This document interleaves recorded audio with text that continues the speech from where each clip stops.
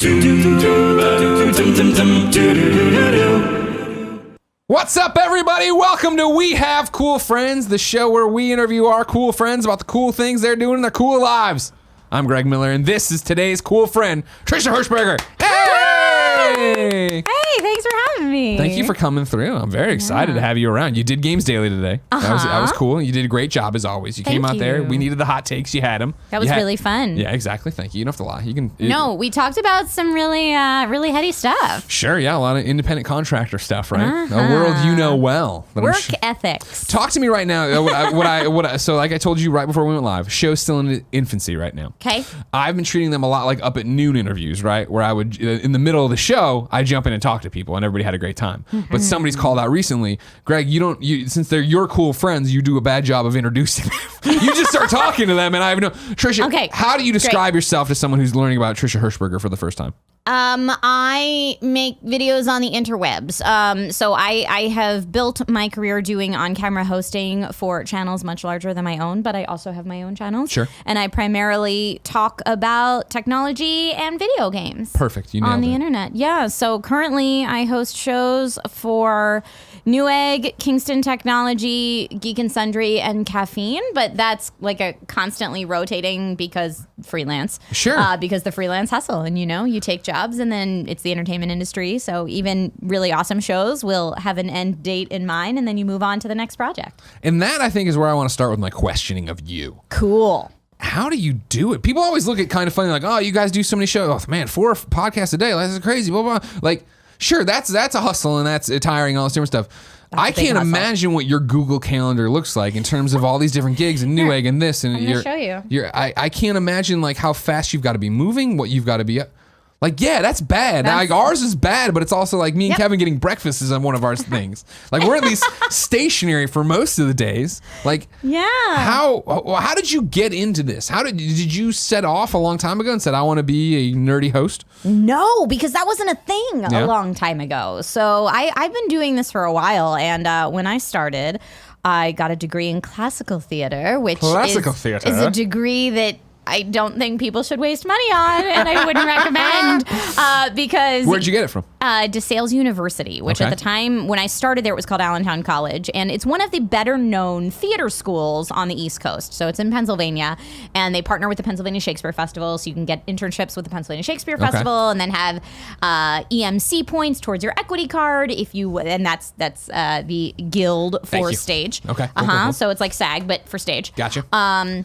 That's the very oversimplified way of putting That's all we need here. But yeah, so I, graduated, and I was like, man, I can do Chekhov and I can do Shakespeare. And then I promptly moved to LA and realized nobody cared about any of those things, and had an agent tell me to take my bachelor's degree off my resume because it aged me. Oh, wow. So I got slapped with a dose of reality in the entertainment industry real fast, and came out to LA, and my basic rule was, if it pays and I get to keep my clothes on, then that is a job I will take. And that's how I ended up being the Hamburglar for years for McDonald's events, like anything. I have no shame. I was like, give me the Barney suit. Are those photos on the internet? There are, but because I have a head on, you would never know it's me. Oh, I didn't even think about it. Yeah, it was like full head mascot work, and I'm really short, so that worked out really well for me. But yeah, I mean, if the job paid and I got to keep my clothes on and it was somewhat performance related, I wanted to take that job. So I also ended up doing like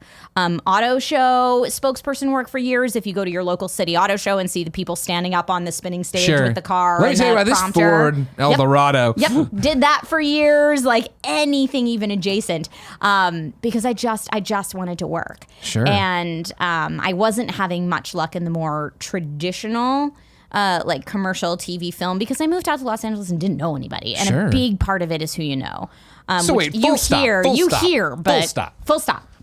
You grew up in Pennsylvania? I grew up in Pennsylvania. And I'm guessing early on discovered you had this acting bug and you're doing the school plays and I watched a lot of movies as a kid. Okay. Gone with the Wind was like my favorite movie as a little kid, which is so weird. Yeah, like I dressed up weird. as Scarlett O'Hara for the Halloween parade when I was 5 or 6 and made my dad be Rhett.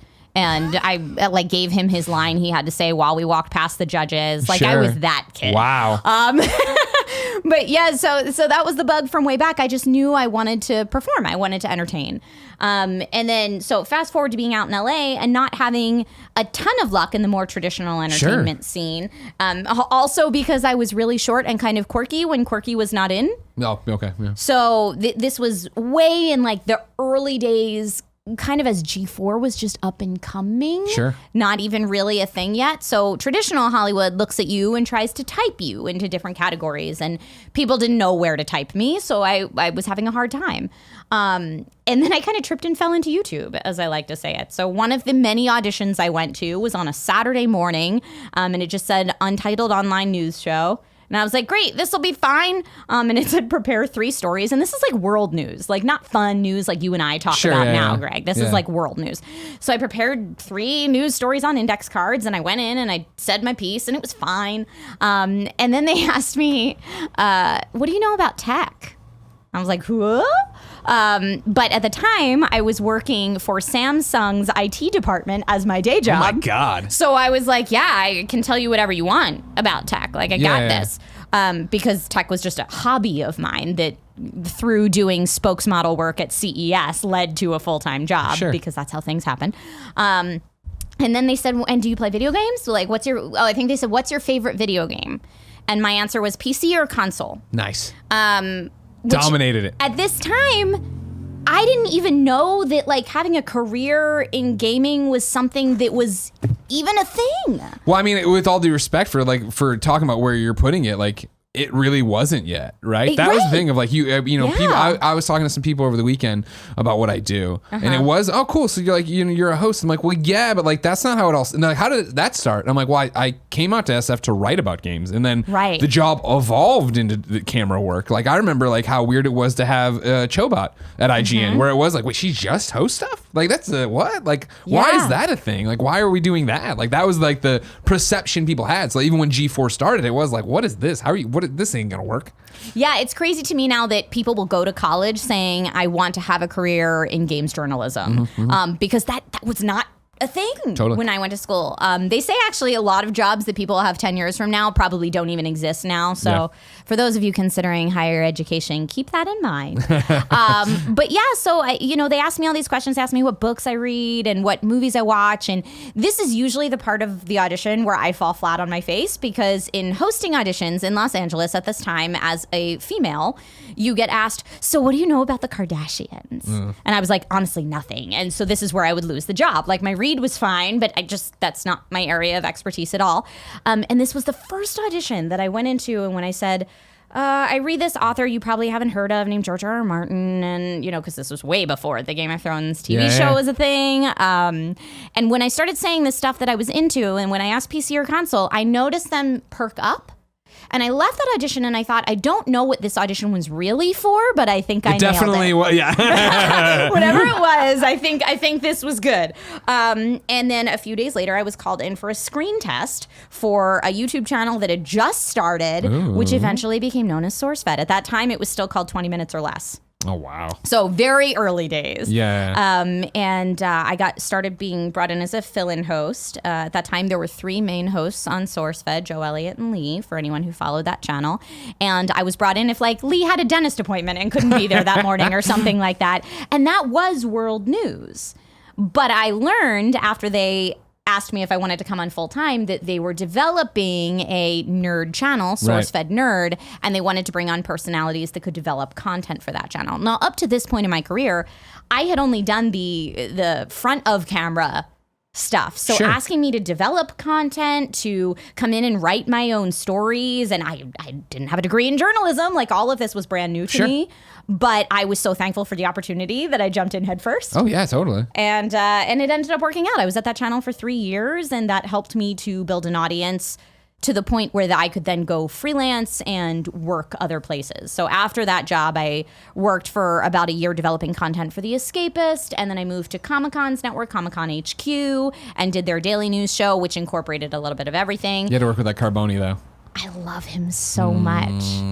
You know, I love him so much. Anthony clear glasses. Carboni. I hate that he's nailing the clear glasses. And he nails it so well. Hate it. He's too good looking. Nobody else in the world can rock clear glasses like He Anthony rocks everything. I mean, Carboni. anything he rocks, he can rock. That's the problem. You And know you know, what I mean? he's like super good with kids. Like Carboni he's an amazing human being. I'll find something on him. Don't worry. And now he's a Star Wars guy. I know, right? How He's a lucky Star is Wars he? guy. He's very well. He worked really, really hard, right? He does work Yeah. very hard. Yeah, he's a super professional, and I love him to death. So yeah, I got to host a show with him for Comic-Con HQ, and then before that, actually, I had incorporated and started my own channels. But after Comic-Con HQ's exclusivity ran out, and I started being allowed to work for other places, I diversified, and that's what I've been doing ever since. And it's lovely because now I get to come here and do fun things like this with you, and talk about games sometimes, and talk about tech sometimes, and talk about movies sometimes. I get to keep my hands in a little bit of everything that I'm passionate about, and that's awesome. It kept me from burnout, where sometimes when I was full-time at an outlet before, Sure. I would feel a little burnt out. So Same thing day after day, right? Yeah, it's nice to switch it up. Okay. Yeah. I have lots of questions for you. But first, I want to get the housekeeping out of the way, of course. You should subscribe to this show, youtube.com/kindafunny. Remember, We Have Cool Friends is available as a podcast. You can get it on iTunes. You can get it on patreon.com/kindafunny, ad-free. I don't know if it's on Spotify yet. Probably not, because I feel like everybody would have tweeted me, because that's a big thing you've been asking for. We're aware. It's in Spotify's hands. We're trying. You know, Kevin, how's it going over there? You trying? I'm pressing all the buttons, you know. Thank you. Kevin's pressing all the buttons. He's doing what he can. We're aware, but it's on other podcast servers as well. I want to thank our Patreon producers, Robin, Gustavo, Lindri. GL. Huh? It's Robin GL. Robert GL. Oh, Robin GL. Yeah. Oh, right. That I remember this from the other show. Alec, Bobco, David, Mindtel, Antman0208, DJ Kento. I also want to tell you we're brought to you by Upstart and Zebit, but I'll talk to you about that later. Trisha, you talk about avoiding burnout now and how it was happening a little bit there. What I want to know is how did you avoid packing it up and going back to Pennsylvania when you get out here with your degree and you think it's going to be awesome, but you move out there, you know no one, and you're the Hamburglar. Like, Yeah. you know what I mean? How many times are you inside that helmet sweating to death, being like, I'm out. This is it.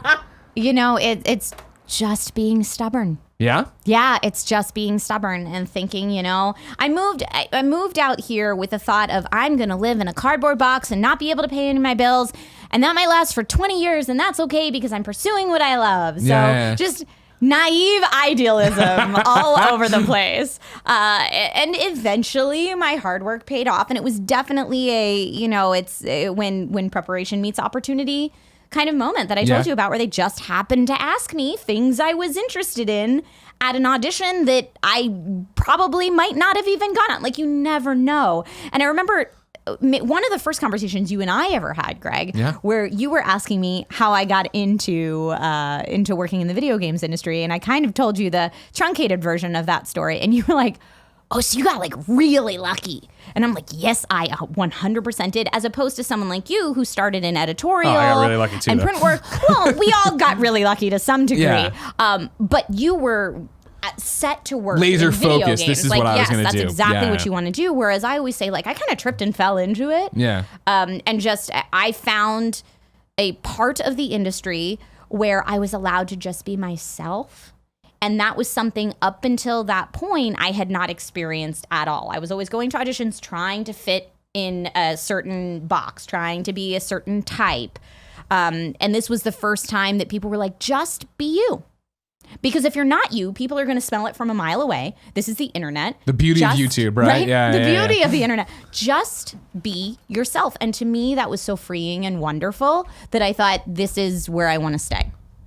Oh, we started angling. Sorry. Yes, Kevin's good at his job. Don't worry. Thank you. Then I thought, that this is what I want to do. So even though my degree was in classical theater, and people now ask me a lot of times, like, do you miss it? Yeah, do you miss it? Do you want to start auditioning again? Like, would you love to take the Olivia Munn route and branch into feature film acting? Please avoid the X-Men film. Well, now they're going to be Disney X-Men films. Maybe it'll work out. Maybe. Who knows?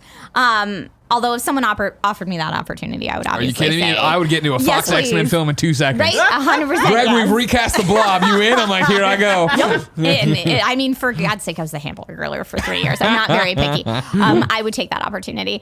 But yeah, I mean, I I don't want to do the rat race again of driving all the way across LA in LA traffic to be in a room with 65 other women that look exactly like me reading, yes, please, I'll take the French fries in a million different ways and hoping that I get the gig. Yeah. I have really, my goal setting out was never to be famous. My goal in coming out here was to have a job that I enjoy. I don't want to be in a cubicle hating my life 40 hours a week. So there are lots of different jobs that could fulfill what I enjoy, ranging from, voiceover to, like I said, to being a spokesperson at an auto show to talking about video games and TV and movies, like so many different things. But I feel like I have found that. Greg, what was your goal trying to get into this? Like, were you thinking specifically video games? Were you thinking I want to be famous? Oh, no. I mean, my story is tried and true and old for many viewers. But, I had an issue in the 4th grade of Game Pro. And on the cover was Death and Return of Superman. On the inside was Maximum Carnage. Every night I came home, read it cover to cover. And finally, after a month of doing that, it dawned on me that an adult got paid to write this. Yeah. And so I marched into the kitchen with it and I said, Mom, I know what I want to do with my life. I want to write about video games. Yes! And she said, okay, we'll make that happen. And so then I went the journalism route. Because again, you mentioned it earlier, like there was nobody knew how to do this. You know what I mean? No. Like even when I would get a response back from Dan Shu, he's like, yeah, journalism would be good. Like it was like, how do you do any of this? So I went and did that. And that was my thought process on it to get out there. And so when I got to IGN at 24, I think I was 23 actually when I moved out, right? I was like, done it. I've achieved my life's goal. I'm writing about video games. And like, then it was like, oh, I guess I have to think up another one and do something else. And it was, and then it still is be the Grand Marshal of the Mizzou Homecoming Parade. There you go. So we'll get there eventually. Mm-hmm. But yeah, then it all just happened organically, right? And that was the whole thing of, everybody who we've brought on the show and everybody you just talk to in general in the industry talks about imposter syndrome. And like, that is such a thing for me, first off, starting in my career in games journalism, of going to events and being next to Dan Shu, talking to Jeremy Dunham, doing all these different things. And then when I actually met you, I think at VidCon, right? When I went there for that first VidCon, and it was like, cool, I know nothing about YouTube. Like, you know what I mean? Like, I do a show for IGN that's now exclusively on YouTube. So now I'm here to learn about YouTube and try to get people onto the show that are YouTube people. But like, Tim had to always be like, all right, this is Phil DeFranco. He's a big deal. So say, okay, cool, whatever. You know what I mean? Or like, hey, hey, Ashley. And Tim would grab me like, all right, she's net with Bernie Burns. He's a co-founder of Rooster Teeth. I'm freaking out. Don't you freak out. I'm like, oh, why would I freak out? I don't know what's happening. And it was that thing of, okay, cool. But like to talk to you guys and like, especially learn about what you had been building and how everything had been going and meet people like Justine, right? And I remember for the longest time sitting around being like, man, I fucked this up so hard. Like I should, like, cause I always talk about it before I came to IGN, I had a video game column and blog for the local paper. And one of my videos of the first PS3 leaving the Walmart, I filmed and put it on my blog and used it for coverage.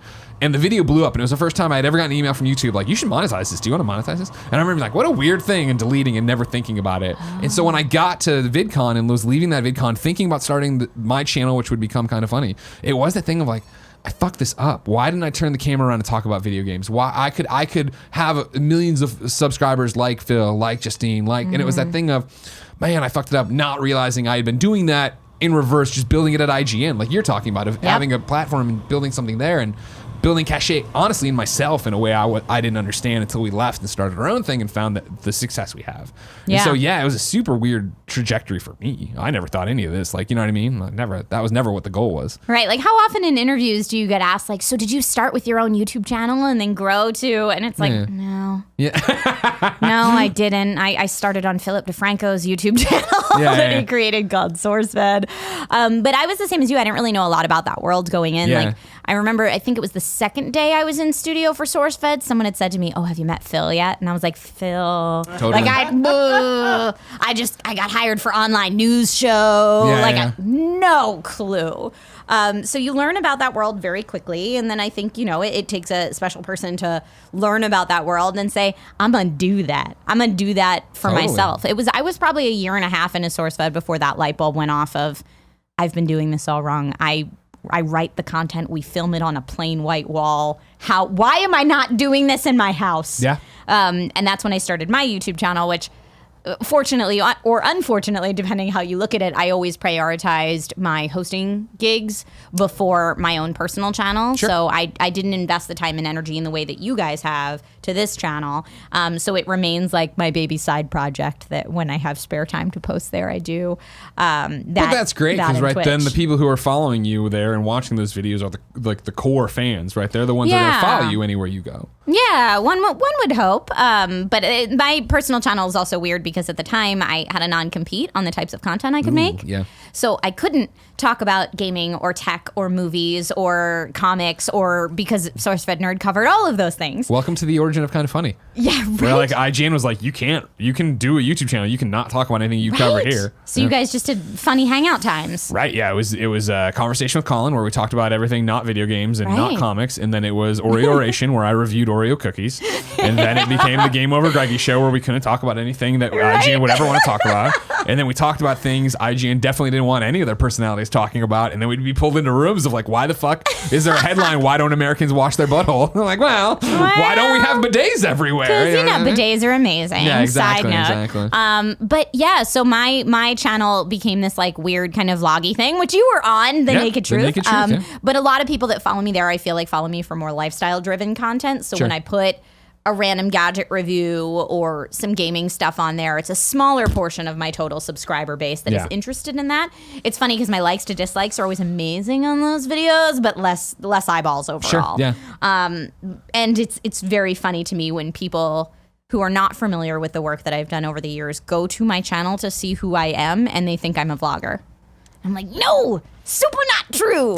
So I try to playlist all my stuff there so it acts more like an online resume. But now a lot of the work that I do is not local to YouTube. A lot of the stuff that I do is on Twitch. I just started hosting a new show for caffeine.tv. Yeah. And I think that as content creators, we're very lucky that there's so many different platforms out there now because we can really diversify. And should something happen like bye-bye Vine, all your eggs aren't in one basket. Right. Yeah. That was, when we started this company, that was one of our big things for revenue streams, right? Of like, we had the Patreon, we have YouTube and AdSense, we have Twitch, like, and it's the idea of we're not trying to be greedy about it, obviously, because like we're small, but it is that idea that, guess what? Tomorrow, like it's happened. Patreon changes something and you see a precipitous drop, right? Of like, oh, suddenly we're making you pay for the credit card fees person. And they're like, no way. And they bounce. That's a huge problem. We didn't want it to be that we would be in free fall and we would be, taken out right away. Or like a lot of creators were hit with YouTube's adpocalypse. Of course. Yeah. I just had a viewer who has become a friend tell me that his VR channel was completely demonetized without being told why and stuff like that. So if anyone's listening that wants to get into content creation, diversify. Exactly. Yeah, you have to. You have to, right? And I think, it's even though you're downplaying it, having a place for people to go for you is so important. Right. I think that I look at Andrea, right? And I've talked to her, Andrea Renee, of course, who, if you're watching live, has announced she's moving to LA and we're all very upset. Except for Trisha, who's very excited. Well, everyone in LA and everyone pretty much not me and Kevin is like very thankful. Oh, good. John got a cool job at Disney. Great. Yeah, exactly. Right. But that was the thing for Andrea. I always thought this, that for so long she jumped around doing so much great work, but it was that thing of like, where would you go to get like Andrea being pure Andrea, right? And that's why What's Good has been so great, I think, for her and for Steimer and for Britt. So good. I love that channel. Huge shout out to What's Good. If you guys don't follow them, you should. But yeah, I remember Andrea one year tweeting out that like her media badge for E3 didn't get approved. And I was like, oh my God, here's this person that has done so much wonderful work in the video games industry. But because it's not under her name as the headliner, like how tragic is that? So yeah, What's Good does amazing things. And now we can look back at that day and laugh. We're laughing right now in your face, E3, trying to ban me. Get out of here. So talk to me a little bit about it. So you're talking about not having the rat race of casting calls, right, for acting gigs. What is it like for you now to be an influencer host, whatever you want to call it, in LA? Because I was talking to another influencer host in LA who will remain nameless, but she was basically like, it's rough right now. It seems like there's fewer gigs than ever, and it's more people than ever going out for them. Yes, I would say that's definitely the case. Now that it is known to people who are getting started in their career that this is a job that you can make money at, there's a lot more competition. Yeah. And especially as a female, and I'm sure as a guy, you probably experience this a little bit too. But as a female, it's very prevalent that, well, we can get someone much younger and cheaper than you. And so you're combating that as well.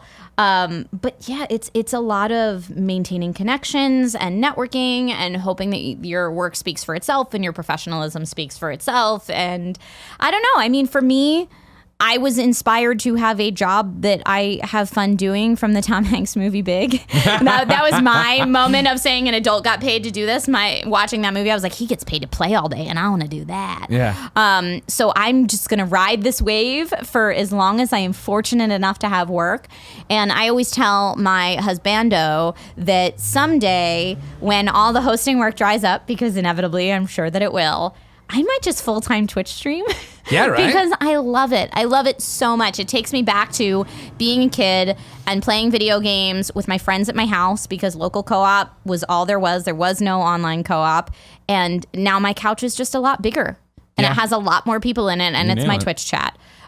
So that is my happy place. And I spoke about this on a podcast recently, but there's a difference when you talk about creator burnout between saying, oh man, I have to make another YouTube video or I have to record this podcast versus I get to stream video games. Right. And that has kind of become, for better or for worse, my mentality in regards to YouTube versus Twitch. I feel like I'm obligated to upload for YouTube because the algorithm can be so punishing if you're not uploading constantly.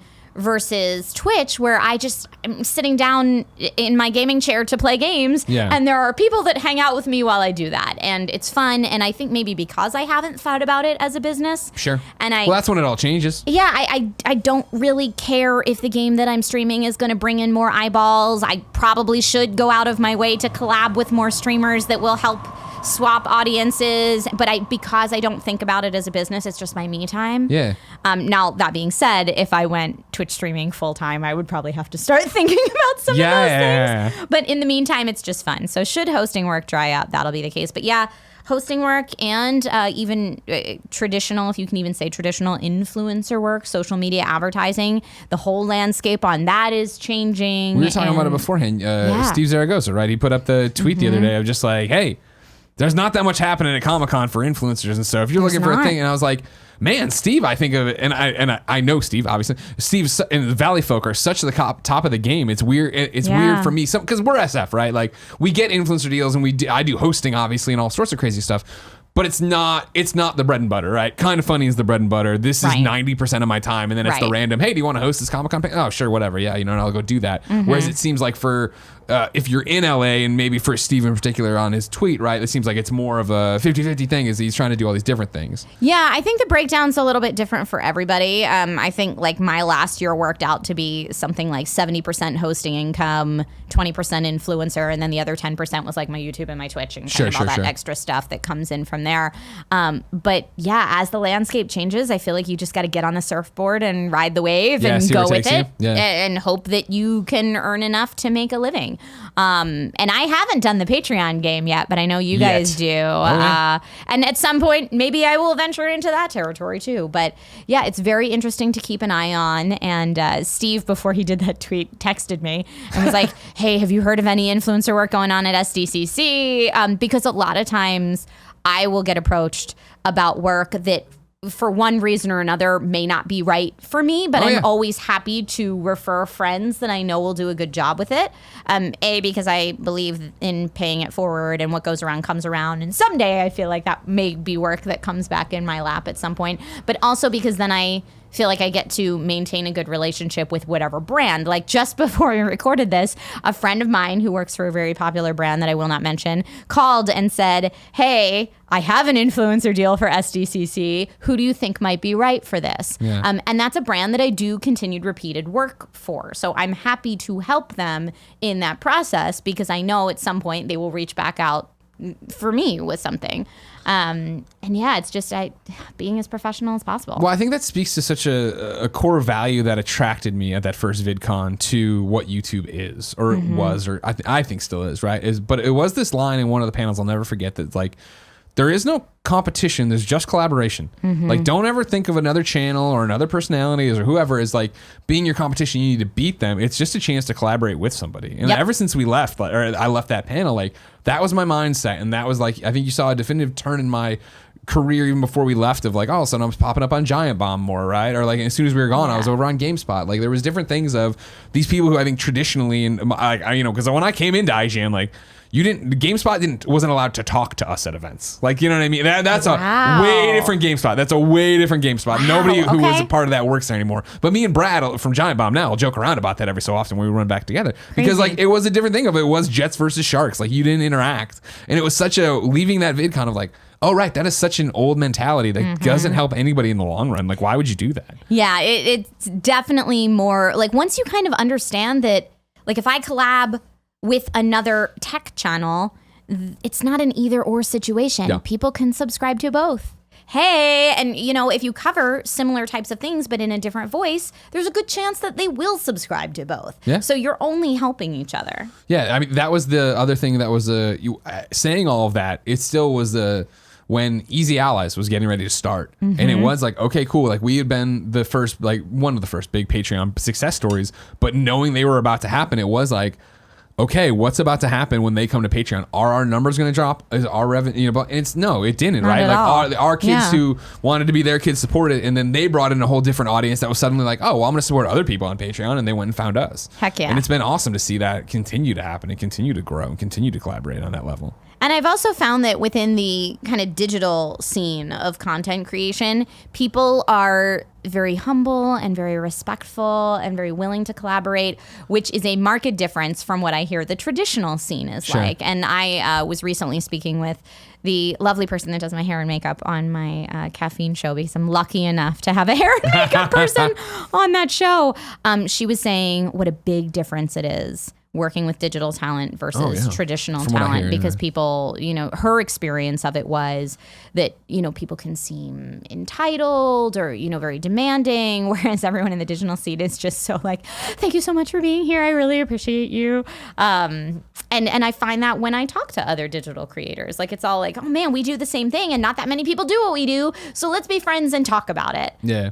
Yeah. The few occasions I've had where I've seen the difference between it, I wonder how often it comes down to just the differences in the business models in general, right? It's what you're used to. And so like when we'll have actors or something, not even for kind of funny, but for more like Up at Noon back in the day who would want to come through and do stuff. It was like suddenly, all right, cool. We'll talk to my agent. We'll now talk to the manager. We'll now give me an itemized itinerary of what we're doing on the half hour. It's like, all right. And then meanwhile, if you brought up a content creator, it was like, cool, can we do other stuff? My plane doesn't leave for another 45 minutes. Yep. What can we film? What can we do? Can I vlog here? Can I do this? And it was like, oh, cool. Like, I don't even have to ask you to promote it. It's just what we all naturally do because that's what we all naturally do, right? Yeah. Whereas if you're bringing in someone from outside of that world, they treat the content so much different. I did that with you when you were at IGN. I think I had been flown to San Francisco to do a guest spot on D News and a guest spot with Rev3, and I was wrapped by noon.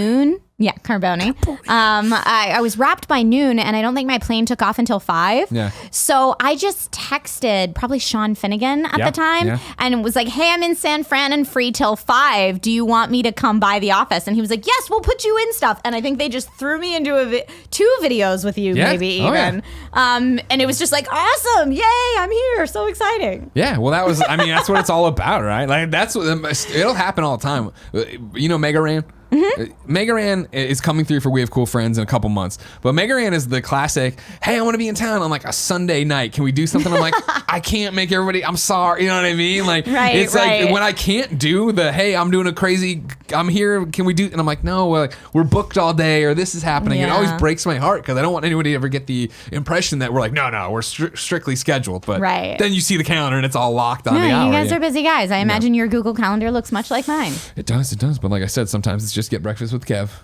Yay. What's up, Kev? How you doing over there? Hey, I'm pretty good. Flapjacks or omelets? Great Omelets question. usually. Yeah. I would go Okay. omelets on that one. Yeah. Okay. Breakfast burrito on the street's real good though. Oh yeah, that's That's real the good. problem. That's the problem we run All into. right, closed Yeah. on Mondays. That I found out today. Yeah, I know. I know that Real one bummer. all too well. It sucks. Yeah. Now I'm hungry. Oh, your food's in the other room. So once I release you from this, it'll be here. But you're not released yet. Don't worry Okay, about that. that's great. I'm having fun. I want to talk about the biggest collaboration you've probably ever been a part of. You have a child.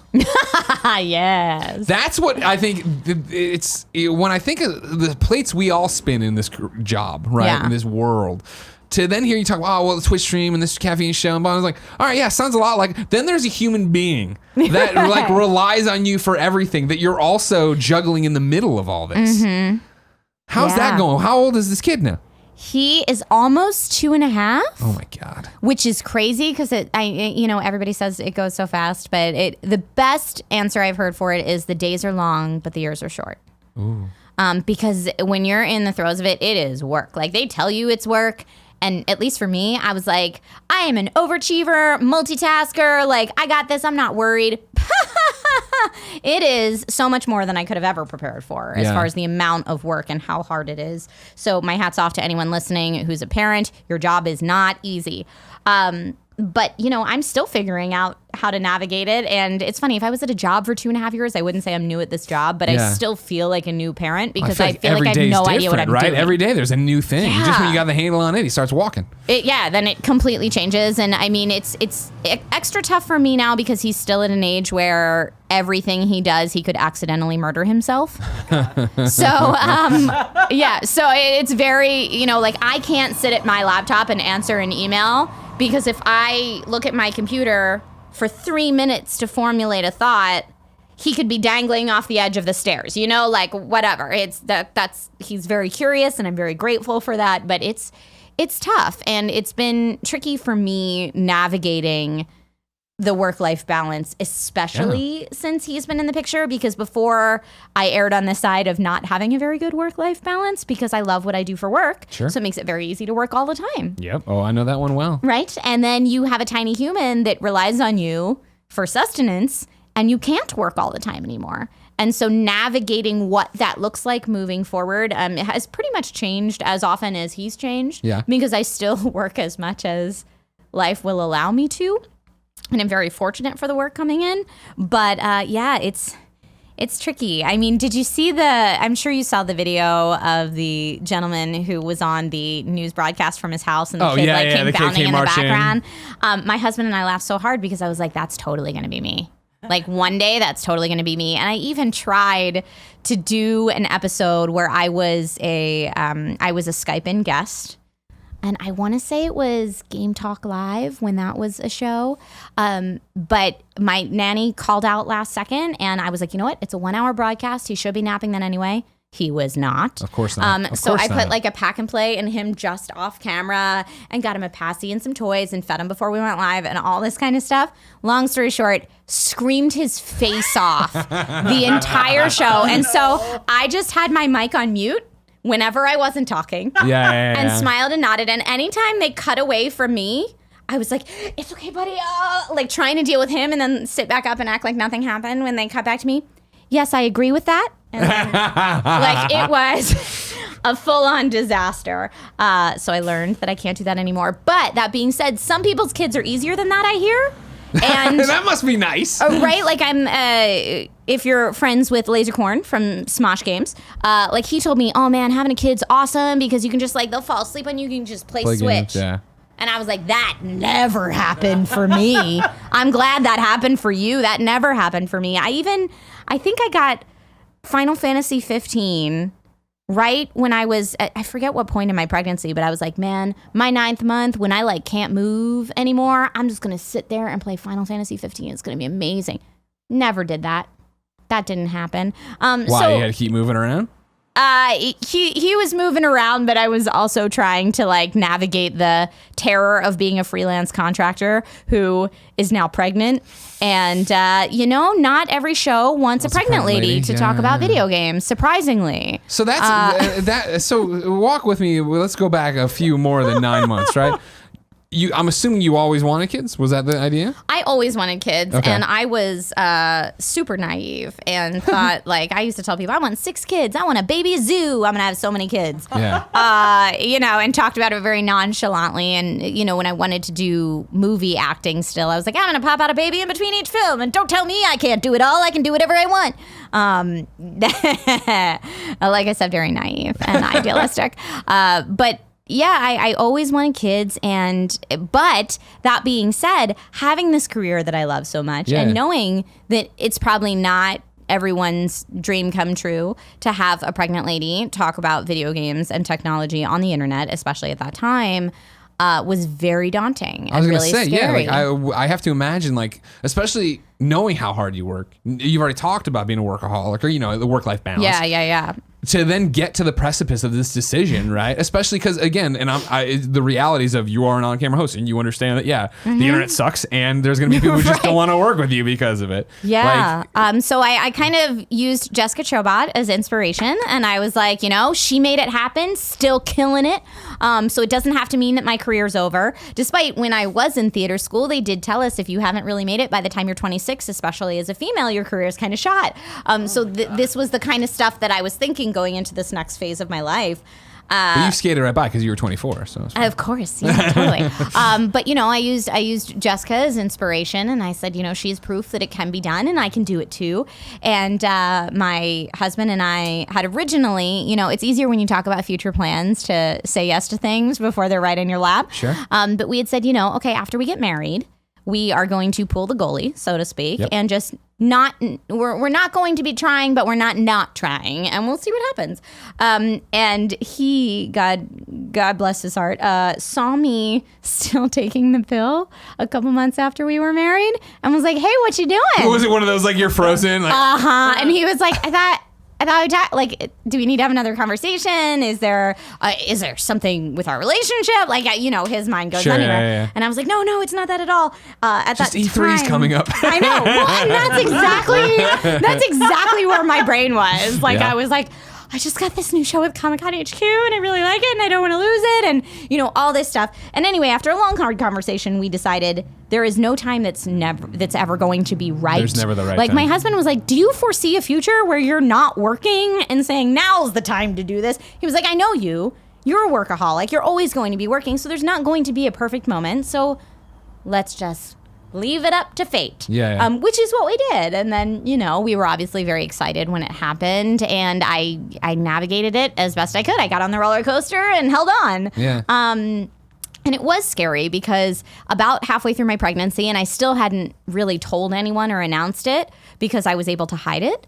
About halfway through my pregnancy, that show got canceled. And so here I was 5.5 months pregnant looking for new hosting opportunities, which was exactly where you don't want to be for anyone listening. And so then I had some like really good people inquiring now that my exclusivity was up, and we would get so far in negotiations and kind of like verbal agreement, but nothing written had been signed. And I would say, at this point, I feel like I need to tell you that there will be a human coming out of my vagina sometime in February. And at that point, almost all of those conversations ceased to be. And it was really sad for me. And I say it was probably a year slow period. So all my regular jobs that I had were lovely about, be as pregnant as you want on camera. We don't care. Or if you want to hide it, we can, adjust the set. You can be seated behind a table, whatever. And I was able to work some regular gigs through the second half of my pregnancy, and after I had the baby, I came back pretty soon to my regular gigs.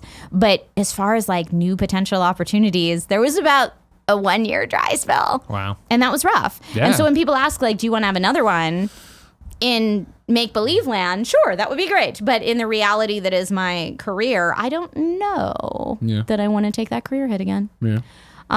So it's tricky to navigate, I feel like, for anyone, but especially being on camera and being the person who has to deal with the pregnancy, it's a little tougher. I forget. Did you hide it the whole way through? I hid it until about 7.5 months. Okay. And I had many conversations with a friend of this show because I saw her on your wall, Felicia Day. Oh, yeah. Because we were both having secret pregnancies at the same time. She's over there. Yep, there she is. Sorry. Well, I saw Andrew. I was like, wait, wrong redhead. Wait, look. But I had actually filmed something with her brother, and he was asking me a lot of questions about my pregnancy. And I was like, wow, Ryan cares a lot about my pregnancy. But then Felicia and I connected after that. She was like, I hear you're having a secret baby too. We should get together and talk about our secret babies. So we did that. And after many conversations about like, why are we as women who work on camera scared to tell people? Like, we shouldn't, very like, we can do this. I had the moment where I kind of ripped the mask off and was like, surprise! Here's my big belly. This is not a drill, I think was my post. And she was like 2 or 3 weeks before her due date when she announced it to everyone. Yeah. But I also got to the point where I was on a Twitch stream where it was a tabletop game. And so we were seated kind of like you and I are right now. So the camera was seeing me from side view. Yeah, that's hard to hide. And my favorite comment was someone in chat went, that gut though. And I was like, yep, that gut though is growing up, baby. But nobody knew. Yeah. So I bet it looked like I had a big old beer gut from partying over the weekend or something she took the like that. Comic-Con HQ cancelization really hard. Exactly. She's been on a bender. Exactly. It was very, very funny. But yeah, so then I announced it, and I held announcing it because I didn't want people to have time to think that my brand was going to change, because just because I had a kid didn't necessarily mean I was going to pivot to family content or mommy blogs or anything like that. And that's because at that time I was still really contemplating, children's privacy and how much do I even want to talk about or show him. Like many questions I hadn't really dealt with yet at that point, but I knew that I was having a great time producing the kind of content I was producing, and I didn't want to change that. And sure enough, the second I announced it, I got like bottle warmer companies and stroller companies all reaching out for brand deals. For this moment. And it was very funny when I was like, so I don't know if you know this, but my demographics are like 80% male because I cover tech and gaming. So I may not be the best person to hawk your bottle warmer. Yeah. Nor do I really care.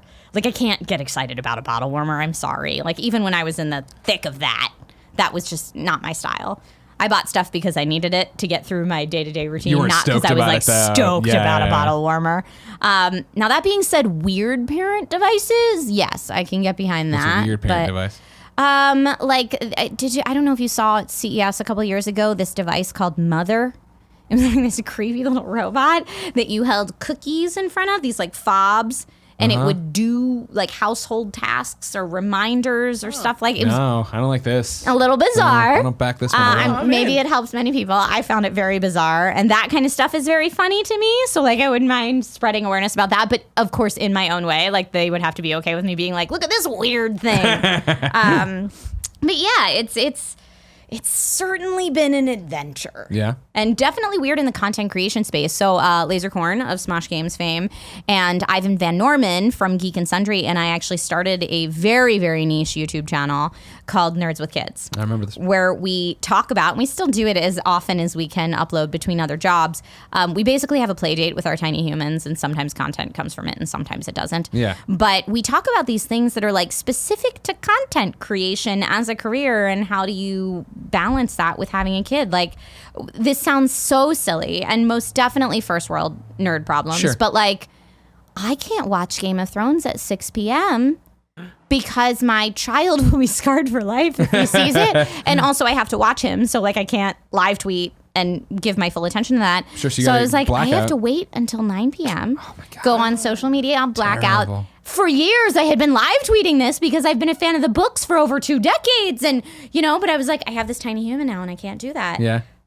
What am I gonna do? Like it was this big crisis for me. Again, so silly, in the grand scheme of things. But I mean that's that personal stuff you have to deal with, right? Yeah, issues like that I think are content creation specific. That's always the thing about it, where Jen and I are gonna have kids. Obviously, love of my life. You want kids, yeah. Cool. But it's that thing of when I am having the bad day when nothing's gone right, you know what I mean? And I'm being snippy and short and I just want to play a game, you know what I mean? I'm not being mean, but I'm like not being who I want to be. Right. I think about that of like, cool, like you can be a little baby right now if you want, but when you have a legitimate baby, like you can't do this anymore. Like you can't be an asshole. You got to that's got to be the first priority, and you've got to put it ahead of everything, and you got to do all these different things all the time. Which then scares me. Am I ready to have a baby? If I'm like, I want to play X game today. I was supposed to play Division all day today, and I can't now. Grumble. Yeah. But yeah, I mean, I think no one's ever ready for that transition, and that is one of the biggest reasons why it's so hard to have kids, because for, however many years, you and your wants and needs have been your top priority. Sure.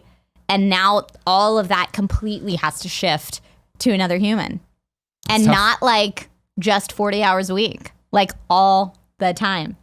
Now, if you're fortunate enough to live near family, I don't know if you guys have family close by. We don't either. But cheers to getting away from them, No, are you kidding? If my family lived close, I would have no problem seeing the most recent Spider-Man film because I could just drop them at grandma's. Yeah. But I don't have that luxury. So I'm forced to say, do I want to hire a nanny for X many hours so that I can go see Spider-Man? Yeah. And I'm already struggling with how expensive childcare is. So having a nanny for the amount of hours that I work during the week, it seems silly for me to be like, oh, he's been at daycare or with a nanny, because we do a balance of both. He's been in some form of childcare 5 days this week. Do I really want to add a sixth just so I can see Spider-Man? That feels selfish. And then I'm also have this weird mom guilt about not spending enough time with my child. And it gets really bizarre. So especially like, oh man, X new game comes out this Tuesday. Nope. Yeah. Not playing it on release day. Yeah. So what I do, my me time thing, and I recommend for you and Jen when you get to this point in your life, of kind of finding what your me time thing is. Okay. Mine is streaming to my Twitch channel every Sunday morning. And so I have 3 or 4 hours every Sunday morning that I just play video games, and I play whatever the heck I want to play. And that is my me time. Sure. And my husband watches the baby. Because that's the time that I get to like peace out and be selfish. For a few hours. And that's important, right? Like, I mean, I feel like getting away and having that moment to just worry about what you want to worry about is what it's all about. It is. And for my husband, it's his guitar lessons. Oh, nice. So he gets to go and be creative and have a couple hours to himself where he plays guitar and, zens out and whatever he needs to do. But it's so important. Because otherwise you're just like, oh man, the next 18 years of my life, or probably beyond that, realistically, I am just a slave to another human. And that's kind of what it is. Every so often I'll think about it. I'm like, I should start prepping for whenever we're going to have a kid and start trying to get like the 4-hour sleep now. Like, what if I just start playing games now and I just destroy it now and I just don't know what normal is anymore. Yeah, get all the sleep you can. No, because that first year, I feel like for most parents, you're in zombie mode every day. Yeah. Because you're maybe sleeping 2-hour chunks at a time if you're lucky. Now everybody balances who does the night wake ups differently. So, you might be the parent in that situation that gets 4-hour chunks of sleep at a time, which is lovely. I chose to breastfeed, so I was up every 2 hours, like it or not. Anyway, but yeah, it's rough. And speaking of choosing to breastfeed, let me just tell you, being at E3, being at CES, sitting on a public bathroom floor, milking myself with a pump, because there's nowhere else to do it. People walking by, like, you're like, hey, yeah, Trisha. Yeah, not fun. It's me right here. I'll tell you, my first Comic-Con that I brought him to, we did a full family cosplay, which I don't recommend. It was so much work. But I built the cosplay. What was it? We were Star-Lord, Gamora, and Baby Groot. Nice. So I had full green body paint while trying to deal with an infant. So anytime my hands touched him, the green went everywhere. So dumb. But I built the Gamora vest to be breastfeeding accessible. Nice. It was so silly looking because so there's a white tank. If you're unfamiliar with what her look is, it was from, I've seen this photo. Let me try to. I don't remember if it was the Guardians 1 or the Guardians 2 look. I think it was Guardians 1. But there are seams right around her boobs that I put zippers into. Nice. So I could unzip and pop one out at a time. And she has a tank top underneath and I cut holes in that so that I could legit just unzip and feed. For easy peasy, but I was all green, which I didn't think about ahead of time as far as ease of being able to feed my child. Kevin, I'm throwing it to control for. There you go. Yep. Yeah. See, you can see exactly where those zippers are. You can see exactly where those zippers are. And then he hated his Groot hat, and I measured his head and made it, and not realizing how fast babies' heads grow. Yeah. And it didn't really fit him by the time we got there. So then he was just like a baby in a jumpsuit. Like it was ridiculous. We tried. I threw you a long Facebook link there. That's the entire family. Oh, and yeah, It's coming. Yeah, look at that. Doesn't fit him at all. And he's so miserable. He was super not having it. So I wonder, it might be in a gallery somewhere on there, but I have a picture of him just in that jumpsuit screaming. He's so unhappy. And I was like, I'm a horrible parent. But I tried. You know, this is part of the struggle of like, how do you still do the things that you like to do, but also then as a parent. And I do think there are parents who do it much more successfully than me. It's been a struggle for me, but I'm figuring it out as I go. And the same will be with you and Jen when you go down that path. You'll figure it out. This kid, like it or not, is dressing up as Stay Puft Marshmallow Man, and I'm going to be in my Ghostbusters outfit. I think that was his first Halloween for us. We did that because I learned from the Guardians of the Galaxy cosplay to just make it simple. Yeah. A Ghostbusters jumpsuit is way easier than that whole Gamora getup. Oh, yeah. And he was way more comfortable in his Stay Puft outfit than as Baby Groot. So I love it. Keep it comfy. I have more parenting questions from you, but first I'm going to tell you about our sponsors. So we just showed a photo of your baby Groot, right? Mm-hmm. You talked a little bit about this at the front. Being who we are in the business we're in, of being personalities, being front-facing, sharing our lives with the world. How did you come to terms, and what is your social media plan for your baby? Great question. It's something that I constantly go back and forth on, and it's because I think initially I was of the mindset of keep him off of social media. Mm-hmm. Like I will say, yay, I'm so excited I had a baby, and then, you know, my brand is my brand. It is not him. And then I started having to keep up with content on a daily basis that wasn't really genuine to what my days were looking like at that time. And so then I felt myself in this weird place of, you know, am I lying on my social media now? Yeah. If I'm doing something like, oh, just binge blah, blah, blah Netflix show. No time to binge anything anymore, so can't have a conversation about that. Or, you know, feeling cute, might delete later. No time for selfies. Are you crazy? But most of my days I was no makeup, no bra, in PJs all day. Lucky if I had a chance to shower. And that was my real life then.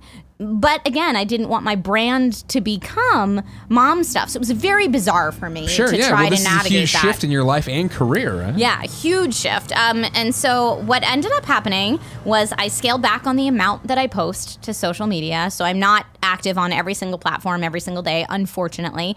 I'm starting to get back to that now that he's a little bit older. But I try to keep it so that my social media does not ignore that I'm a parent, but it's not all about the fact that I'm a parent. Gotcha. And if I am going to feature him in some way, it's very rarely, if ever, just him. It's always the content is focused on my experience as a parent, and he may also be in it, but it's not like, look at this silly thing my kid did today as a YouTube video, or just pictures of him on my Instagram page. It's more of, you know, I'm so lucky that this is my life, and it's a photo of me that he may also be in. Or even with Nerds with Kids, we talked about this a lot, as you know, me, Lasercorn, and Ivan all being people that are front facing. Not necessarily wanting that for our kids, but not being ashamed of them either. And it's a very fine line. So we very consciously made the decision that it's not kids of nerds, it's nerds with kids. So we are the subject matter of it. You're point A. And like a lot of the content that we do on there is about our struggles as parents. And they may also run in and out of frame because that's the reality of our lives. Less so than watch our kids do silly stunts or something like that. Yeah.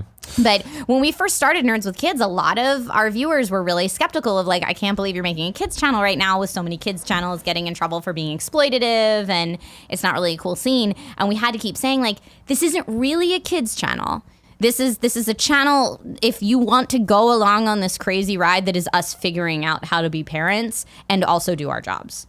So it is a very niche audience, but the folks that are there that are absolutely lovely, and so many of the viewers on that channel say, I don't even have kids, but I like watching you guys go through this because it's a more personal and intimate look at our lives than I think we put out on all the other channels that we work that's on. the weird tipping point, I guess, or cutting edge for where we are, right? Is that I feel like with our audience and us and our involvement in entertainment, right? The audiences we've grown that way expect you to be authentic and expect you, they already know who you are and they know how you're going to talk and deal with things.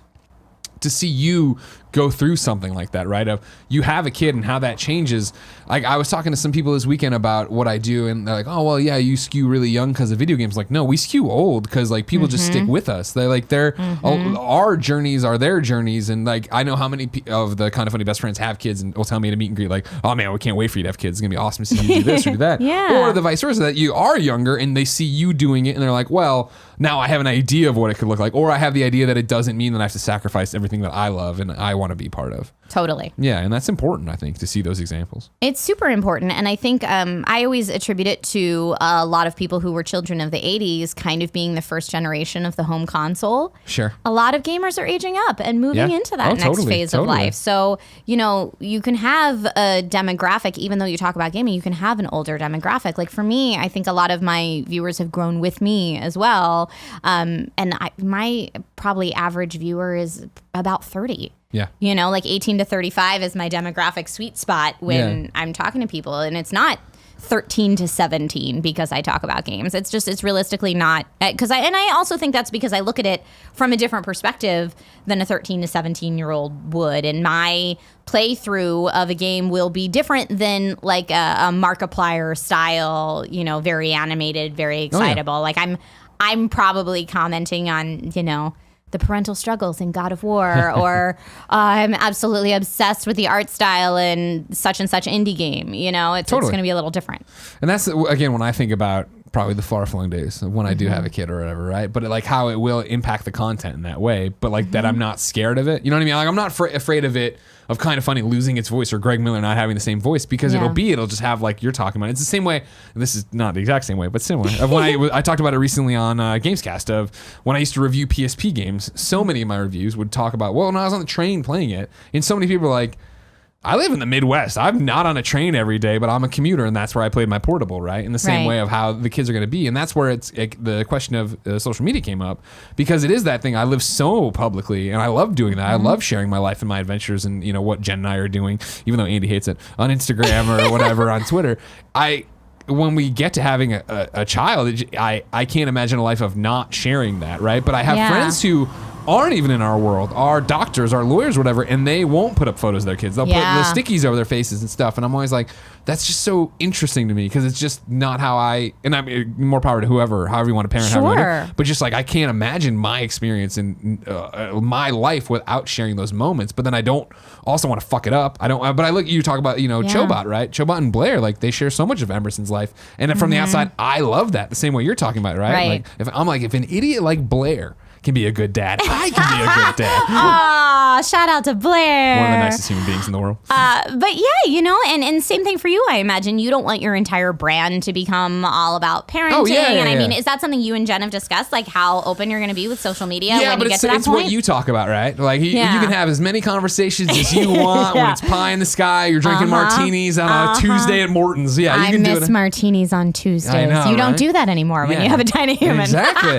All that's fine, but like everybody has a plan to like get punched in the face, and so like when we get there, who knows how we'll really feel. But it is that, you know, I joke around about it, like to what you're talking about. Again, I get to be so different because of Kind of Funny, but like there's gonna be shows for sure where something went wrong and the baby's in the bouncing baby Bjorn, and I'm podcasting and it's got a problem and I walk off and I do, you know what I mean? Like I joke, it won't be like a real thing and it won't be exploitative, but it's going to be like, all right, something happened. This is how it's gotta be. It's your life. When you get to that point, if you do put a tiny human in a baby Bjorn, may I suggest arms for Nintendo Switch and let the baby hold the controllers? Sure. And then you just like jam it out. There you go.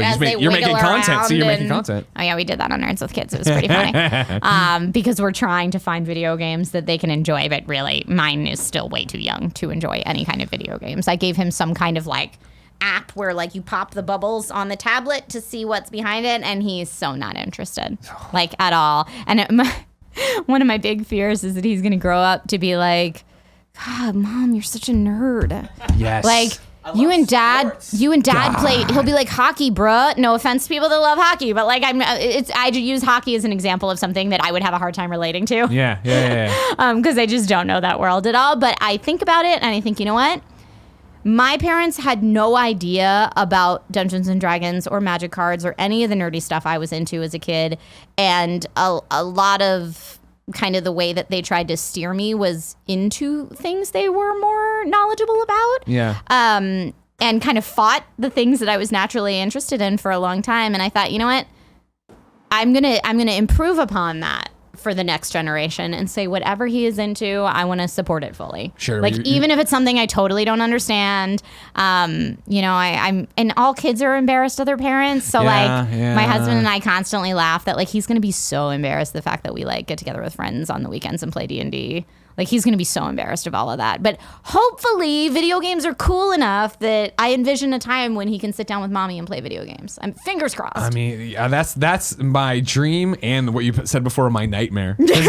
That's my thing is, you know, my father, a heavy equipment operator, Chicago, blue collar. And like, it was 6 a.m. He was out in the front yard doing stuff and he wouldn't be until 5 o'clock. And it's like, I'm the kid who's in the basement now. And he's like, you want to come cut the lawn and change the oil? I'm like, no, Dad, I don't want to do any of that. Right. And so it's like to jump the other way. And when it will be of like, hey, you want to play Destiny 5 or whatever? And he's like, no, Dad, I'm going to go play street hockey. Do you want to come? I'm like, no, I don't want to come play street hockey. But you know what? I'll say, but I'll come out and watch, honey. Exactly. I'll sit there in my lawn chair playing my Switch 3 or whatever. Precisely. Exactly. Yeah. But and especially, I don't know if I know you're so busy and I'm just a clown.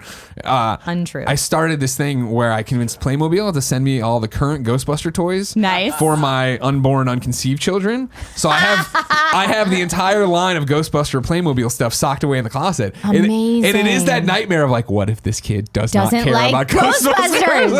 What if, because and that's the thing is like, as much as you're, you know, oh, Dad loves it. Like I remember like you rebel against it. You know what I mean? There's certain things you come together on, but like Donald Mustard, you know, from Epic.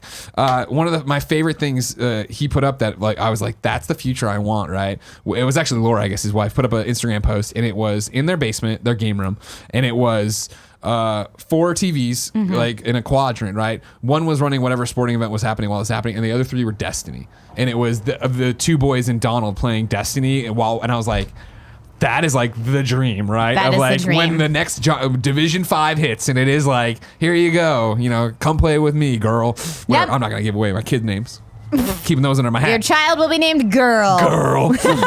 I'm very inspired by Cory Barlog. Yep. Or you could do like me and do some kind of like my son's a Marvel mashup. His name is Logan Parker, and I absolutely love it. That is awesome. Yeah, right? Yeah. And so then, of course, as a baby, anytime he didn't wear those silly baby mittens and scratched his face, I was like, I did this to myself. Yeah. I named him after Wolverine. This was entirely my fault. And one of his first words that we taught him to say was snicked because I'm an idiot like that. That's awesome. But so there are, we're talking about how difficult it is to have children. Of course, there are wonderfully rewarding things about having tiny humans as well. I would think the majority of it, right? Like, yeah. At least where I am, I'd say half and half. Okay. I love him to death, and there are definitely moments where I'm like, oh, thank Odin, he's cute because he's driving me nuts. But then there are moments when I'm like, he's the best. I just want to be with him all the time. And there's this weird parent thing that happens, at least for me and my husband, where all day I'm kind of like, oh, I can't wait till this kid goes to bed so I can like watch a movie or answer emails or any of the million things I tried to do for myself that day that couldn't get done. And then he goes to bed and we would just sit there and look at pictures of cool stuff he did all day with each other on the couch until we go to sleep. Like biology is weird. Yeah. And it is definitely there so that, we keep them alive. Yeah. It's important.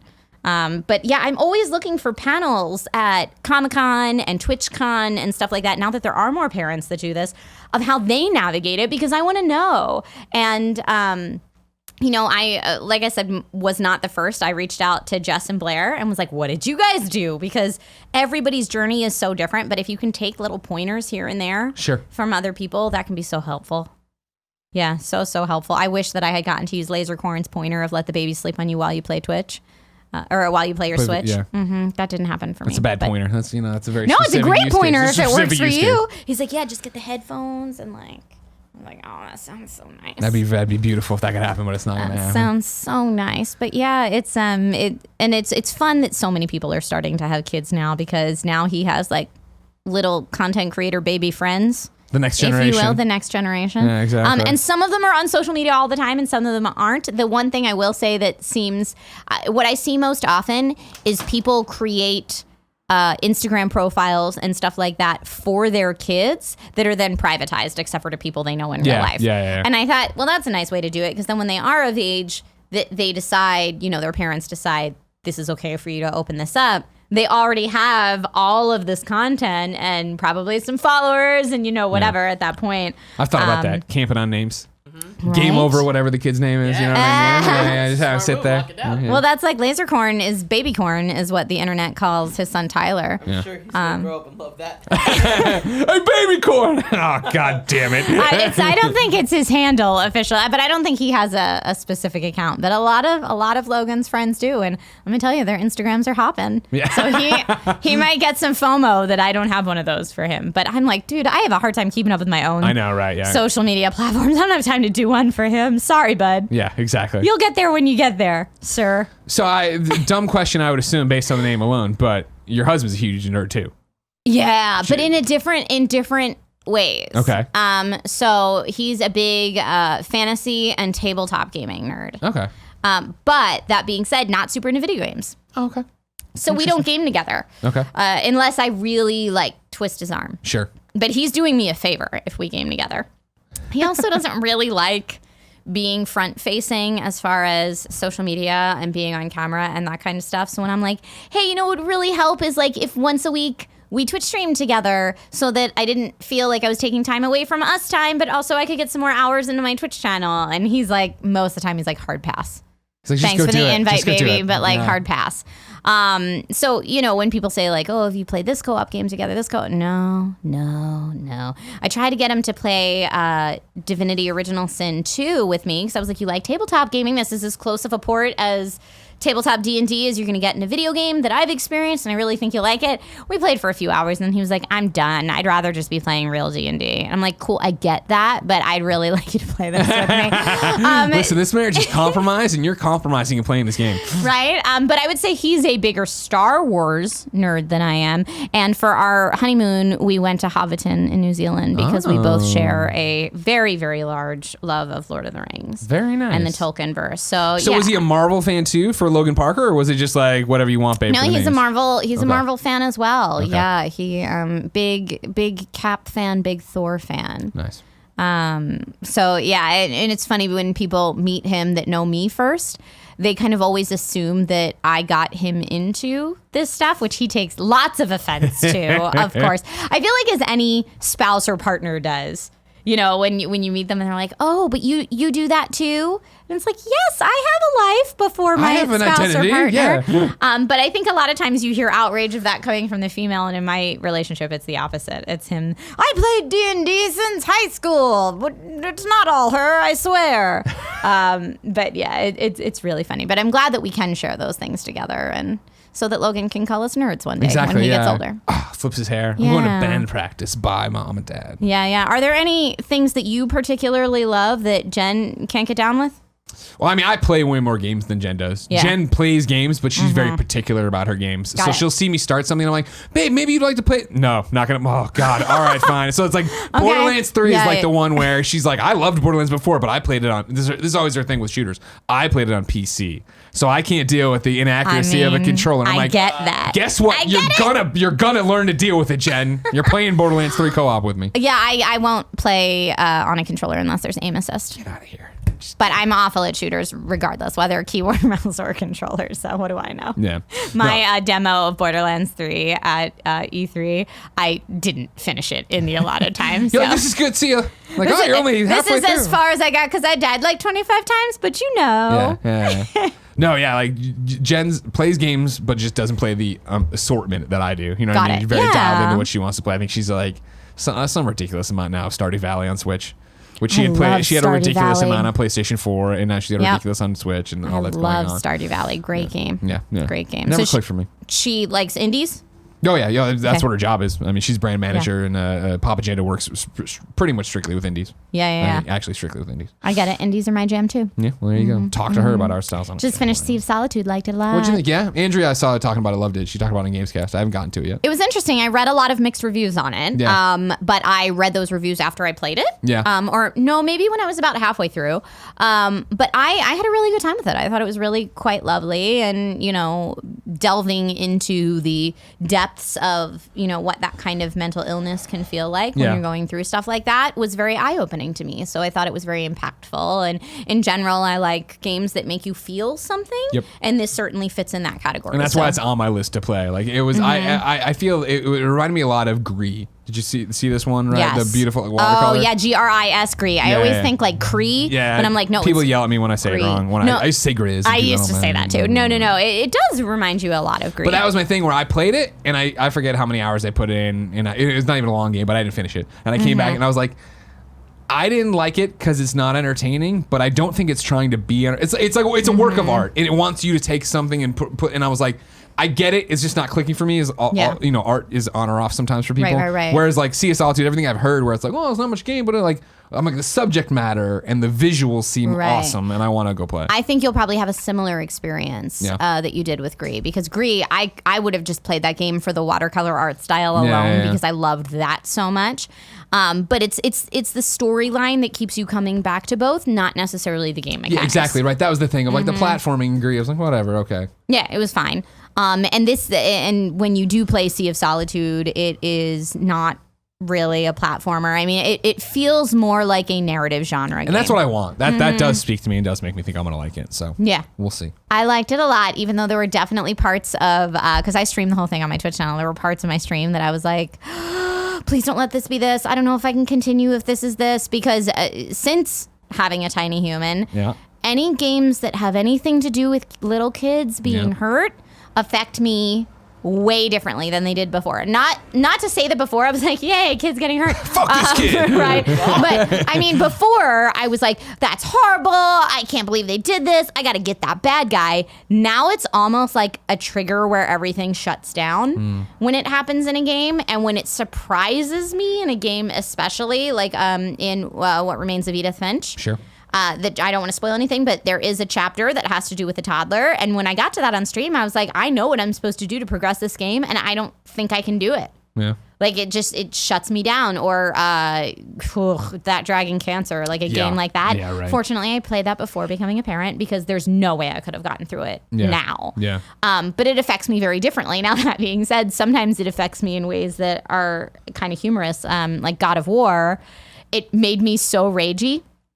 Like I was like, oh, did you say something bad about my kid? I swear to, like, I'm going to murder you so hard, in a very primal way. Yeah. As if someone looked at my tiny human wrong. Like I was just saying this on Jess Chobot's new podcast with her recently, that it's this weird primal rage that as a parent you don't expect. And I don't know if it affects moms and dads different, because I'm not a dad, but like for me, it's like, I almost died bringing that human into this world. How dare you say anything negative against them or make me think you're going to hurt them or anything. Like it's this very mama bear, super primal caveman instinct of like, oh, something's going to hurt my offspring. I need to murder it now. Sure, yeah. So my husband always jokes around that someday I'm going to be in jail because that will have kicked in and I will have Jury will murdered get somebody. you off. Jury, they'll let you off for that. They'll understand. For mom stuff. Yeah. You're off for mom stuff. It's okay. Now, did you legitimately almost die, or just the act of childbirth, which could kill you? Like, was there a close call? I had a very tough delivery. Oh, I don't know if I knew this. Yeah, I talked about it, I think, in like a Naked Truth vlog, but only once, and it's not something I talk about very often. But it was. You don't have to if you don't want to. Yeah, no. It was really hard, and I think not enough people talk about it. Sure. Everyone just kind of writes it off as, women have been having babies for thousands of years. You'll be fine, no big deal, without talking about how terrifying that day is for almost everybody I know. Yeah. And you never want to say that to someone. There's two theories on this. There's some women that are like, oh, let me tell my horror story to all parents to be so that they're informed. But then there's also they are going through this whether they like it or not, so maybe you shouldn't scare the shit out of them ahead of time. I told my story once for the people who want to know it, and I mean the truncated version of it for this show is that when I got to the moment where it was time to push, they didn't realize until I started pushing that the cord was wrapped around his neck 3 times. Oh my God. So every time I pushed, his heart rate and oxygen levels would plummet. And at that point, I had already been in labor for like 15 hours, which is pretty common for a first-time pregnancy, believe it or not. So I was completely like drained and just using every ounce of my concentration and energy to try to push, and I couldn't see it because I was so focused, but my husband could see it that the baby's levels were dropping dramatically and it was getting very dangerous at this point. So rather than, I guess, push him back in and do an emergency C-section, my doctor made the call to get this baby out now, no matter what that took. And fortunately for our doctors, he got here safe, and I am still here to talk about it. But I am still dealing with issues from that delivery now 2.5 years later. Wow. So it's a very real thing that people don't talk about. And it's funny because when I talk about some of the issues that I deal with now with other women who have had babies, you wouldn't believe the amount of them that are like, yeah. I'm like, oh my God, nobody talks about that. So it's really colored, not to get political because I don't get political publicly, but it's really colored my view of some specific political issues that may seem very black and white, but after having gone through certain things, you're like, there's a lot of complexity here and there's a lot of gray here. So yeah, it's once you've lived through it, it changes your opinion of things. It's not quite so easy to say like, oh, just have a baby. That being said, for some people, they just have a baby, and it's great for them. I have friends who, you'll see like sitting Indian style 3 hours after they've given birth, and I'm like, oh my God, good for you. I couldn't sit for like 2.5 months. So, there's a difference there. But everybody's journey is so different. But it is definitely pretty terrifying. There was an SNL skit that I saw, the Mother's Day SNL skit, if anybody saw it, I have seen where it's like the dad opens the door and he's like, Happy Mother's Day, sweetheart. Mom's in bed, and it's like, look what we made for you. And the kid comes in with breakfast in bed on a tray, and the kid lovingly looks at his mom and says, tell me about the day I was born. And it just does this jump cut back and forth between the beautiful story she's telling him and what actually happened in that room that day. And it's so realistic. It's just basically like mom and dad both in complete panic mode, screaming, like all this stuff, but telling the kid like, it was the happiest day of my life, all that kind of stuff. So there are definitely 2 sides to it, and the truth is somewhere in the middle. Jeez. I think since our first date, Jen's been talks about kids. If she brings it up, she talks about the horror stories she's heard. And I don't know. And I think it's her trying to like psych herself up of like, this is the worst thing that could happen to my body, and if it does, I know it and I'm ready and I'm okay with that. And like, there's surgeries that could do things. I'm like, all right. Yep. Mm-hmm. Yeah. All right. Yep. Oh, that's real. So anyway, my first Mother's Day. Out in public. So he was born in February and Mother's Day is in May. So he was a couple months old. I was just getting to the point where I could sit comfortably. And we went out for Mother's Day that morning. And you know how I think all I wanted was to go to a diner in my pajamas. That's what I wanted for Mother's Day. Nice. So we did that for breakfast and took the baby in the car seat. And the diner we went to was giving all moms who came in like a little flower to pin on their shirt. It was very sweet.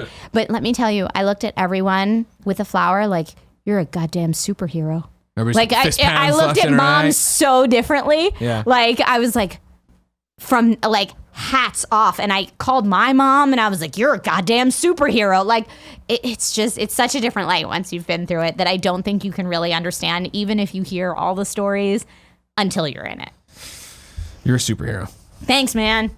Trisha, it's time for you to go to the friend zone. This, of course, is where patreon.com/kindafunny people can go over there and post questions for you. Silver Lobo has the first one. It says, what's your favorite memory from working at SourceFed /SourceFed nerd? Oh, man. There are so many good ones. That was really such a fun, wonderful group of people that came together. Hats off to the folks who originally put the OG 6 together in that casting studio, because we were like the perfect Scooby gang of personalities. Sucks the rest of them washed out of the industry and never really went anywhere. Never went anywhere. They're not big at all. But no, I would say my favorite memories have to probably be Maybe the series I did with Steve Zaragoza called GTA Noobs, where we also did Minecraft Noobs, but GTA was particularly funny, where Steve and I just lovingly embraced the fact that this is not a game that we normally play, and sat down and went on all sorts of adventures together, that some of which were things we had heard you could do in GTA but never actually tried, some things we made up out of our heads and found out you couldn't actually do in GTA, but all sorts of adventures that were then cut into some of the funniest highlight cuts. And I just remember doing that show and laughing so hard I was in tears almost every single episode. That's a good feeling. So yeah, that was really funny. But we did so much fun stuff there. And yeah, a lot of my best memories there, honestly, are moments that I shared with Steve Zaragoza. He's a wonderful human being, and we had a very brother-sister relationship by the end of that show, especially. Now, you just talked to Steve not too long ago, but Phil Online writes in and says, how much do you still talk or hang out with the old SourceFed coworkers? So Meg moved to Texas years ago to do cool stuff with Rooster Teeth. You may have heard of them. Once or twice, I don't know. But I don't get to see her that often because of that. But the Valley Folk crew, the rest of the SourceFed crew, I do see fairly often, and I get to talk to every now and then and collab with as often as possible. And I mean, they all went much more so the comedy route and kind of the stand-up route, so their careers went in different places than mine did, for sure. They're going to be on that NBC show soon. Yeah, I see them all on Instagram about that. Yeah, that's exciting. I'm really excited for them. That should be really, really cool, and I can't wait to DVR them and be like, look, my friends are on TV. But I recently did their podcast, and we just kind of look back at the SourceFed times and laugh, because all of us were hired for hosting jobs, not realizing we were going to be producing and writing and developing content and all this other stuff that digital entailed, because besides Joe, none of us had a digital content background. Yeah.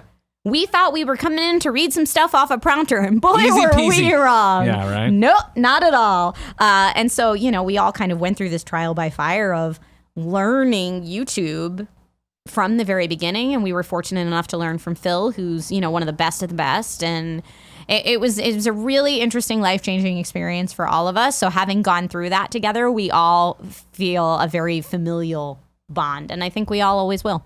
That's awesome. Yeah. Mitch Craston writes in to patreon.com/kindafunny and says, this will be interesting, because I think the first part you kind of touched on. How do you go about choosing which projects to take on? And then how often do you turn projects down? So are you still in the movie? You talked about it in the very beginning, Hamburglar, whatever, I'm going to work, I'm going to do it. Is that still your mindset now, or are you more choosy with things?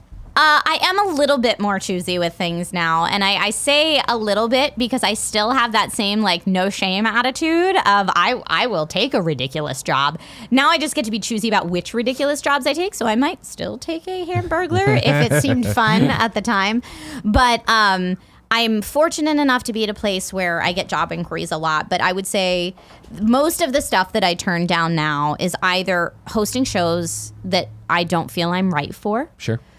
Should a show come up that's all about Kardashian gossip or something like that, that's not my jam. Force it, yeah. It's not my jam. It's not what I do. And honestly, there are many people who are much better versed that deserve that job more than me. Sure. And same thing with brand deals or any influencer deals. I will never partner with a brand that I don't believe in wholeheartedly. And because I am a female, I get a lot of jobs inquiring about can you do this Instagram ad for our lipstick? And it's like, I don't really use makeup even that much on my own, this isn't something I could say this lipstick's great, but I don't try enough lipsticks to know if this lipstick's great. Not to mention my 80% male audience from talking about tech and video games probably doesn't care that this lipstick's great. So those would be things that I would either straight turn down or suggest a friend. Help find the friends in a collaboration. Right. Mm-hmm. Okay. Mm-hmm. And then final one comes from PS Wee, who writes in and says, if your precious mini human, and then parentheses TM, grows up to love video games, what are some games you'd want to show him first? Love you, Trish Hart. Oh, hi, PS Wee. What are some games I would want to show him first? That's a tough question, too, because what age are they where does he fall into, right? Right. So I would say age-appropriate games first, something that I think he is apt to like, because I would hate to introduce him to the wrong game and then have him hate video games forever, and it's all my fault because I picked the wrong game to introduce him to at first. But it's hard because some of the games that I hold near and dear to my heart maybe haven't aged so well. Oh, yeah, totally right. Or especially at the point that he's playing, figure 5-6 years from now, graphics will probably be mind-blowing, even more mind-blowing than they are now. And, you know, if I take him back and I'm like, this is Paperboy on the NES. It's like, this is annoyingly hard. I hate this. He might have zero interest in that game. I have no idea. I would like to think that once I expose him to enough titles that he falls in love with gaming in my dream scenario, then I could take him back to some of my retro faves and introduce him to Myst or Paperboy, or like play through some Bubble Bobble with mommy, you know, like maybe.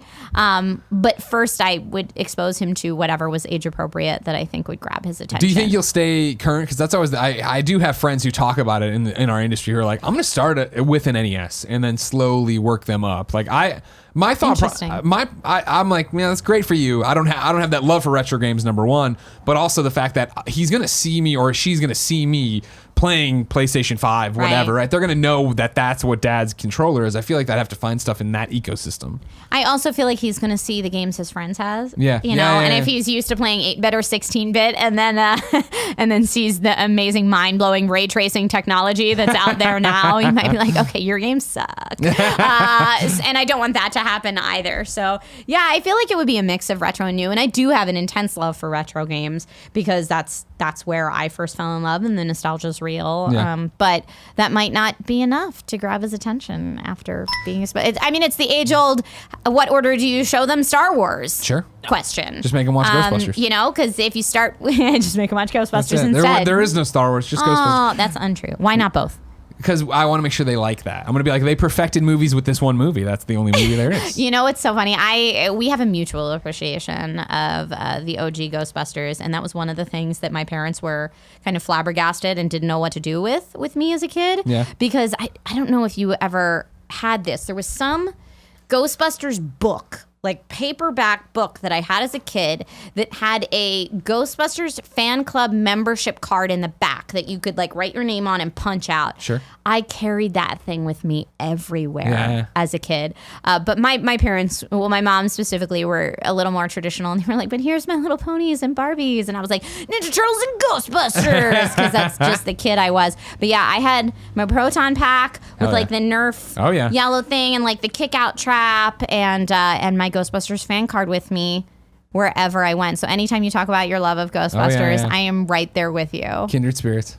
Kindred spirits, indeed. Yeah, absolutely. Trisha, I love you so much. Thank you for making time to come up here with us. Thank you for having me. This was really awesome. Where can people keep up with you if they're listening on audio? Because we've had your tag up there. There it is right there. Thank you. If you're listening on audio, you can find me on Facebook, Instagram, and Twitter at ThatGRLTrish. So it's That Girl Trish without an I in the girl. And on YouTube and Twitch /Trisha Hershberger. Awesome. Thank you so much. Thank you for having me. This is so fun. Ladies and gentlemen, this has been We Have Cool Friends. We Have Them. It's a show we do each and every Monday. Go watch the backlog, watch the stuff coming up, subscribe to youtube.com/kindafunny, support us on patreon.com/kindafunny, find it on podcast services around the internet, one day Spotify, right, Kevin? Yep, someday. Fucking just push the buttons more, Kevin. I can't. There's only so many of them. Until next time, it's been our pleasure to serve you.